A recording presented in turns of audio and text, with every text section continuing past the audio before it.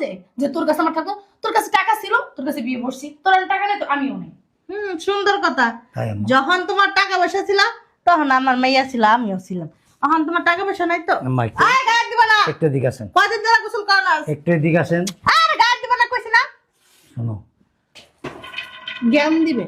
জ্ঞান না, যে মধুর মধুর কথা বলছিল না, তরুলতা ভাষা, কি? তখন মানিস ছিল। আনন্দের চমচমের, হ্যাঁ, এই কথাগুলি কি সব সিনেমার ডায়লগ ছিল না? নিজের চেহারাটা আগে আয়নায় দেখো, তারপরে যে কথা বিয়ে বলো। কিন্তু আপনারে করি নাই, আপনার মেয়েরে করছি কথা। ওটা আমার মার বাধ্যতার কারণে বলছে, আমার মার ও, আচ্ছা। কথার কারণে বলছে। রাইতে কি তোমার মা ঘুমাইছিল আমার লগে?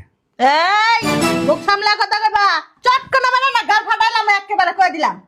মা এত কথা বন্ধ করা, ঘর থেকে বের করো তো। বেদব কান্না শব্দ আসলো কোথেকে? কিসের?